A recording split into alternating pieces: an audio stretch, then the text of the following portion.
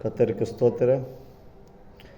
கர்த்தர் என் வாழ்க்கையில் அடியன் வாழ்க்கையில் செய்த ஒரு அற்புதத்தை பற்றி நான் சொல்லலான்னு நினைக்கிறேன்.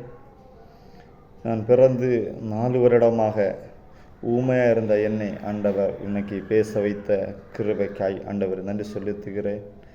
பிறந்து 4 வருடம் கழிந்து என் தாயின் தகப்பன் இருந்து அழுது ஜபித்து எனக்கு ஆண்டவர் வாய் பேச கத்த கிருபை தந்தார். அதுக்காய் ஆண்டவருக்கு நான் நன்றி கடமைப்பட்டவனாய் காணப்படுகிறேன்.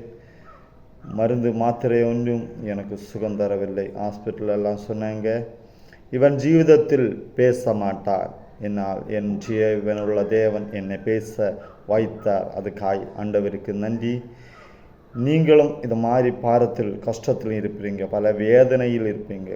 கஷ்டத்திலும் கண்ணீரிலும் வேதனையிலும் என்னதான் என் வாழ்க்கையில் இன்னும் நான் என்ன செய்யணும், தற்கொலை தவிர வேற மார்க்கமே இல்லைன்னு நீங்கள் நினைப்பீங்க. இல்லை, ஆண்டவர் உனக்காக எனக்காக என் தேசத்துக்காக அவர் மரித்து உயர்த்தெழுந்த என் தேவாதி தேவன். அவரை மகிமைப்படுத்துங்க. உங்கள் தேவையை அவரிடத்து சொல்லுங்க. ஏது பிரச்சனை இருந்தாலும் அவரிடத்து சொன்னால் நமக்காக அவர் பறந்து பேசுகிற தேவன். வியாதியிலிருந்து அவர் சுகம் தருவார். சமாதானம் இல்லைங்க சமாதானம் தருவார். சந்தோஷம் இல்லைங்க சந்தோஷம் தருவார். ஆறுதலும் தேற்றரும் அவர் ஜாதி ராஜாவாக இருக்கிறார். வானத்தையும் பூமியும் படைத்த ஒரே ஒரு நாமம் உண்டு, அவர் இயேசு மட்டும்தான். லோகத்தில் வேற யாருமே இல்லை. அவருக்கு நீங்கள் முருகை பிடியுங்கள், அவர் உங்களுக்கு சுகம் தர வல்லவராயிருக்கிறார்.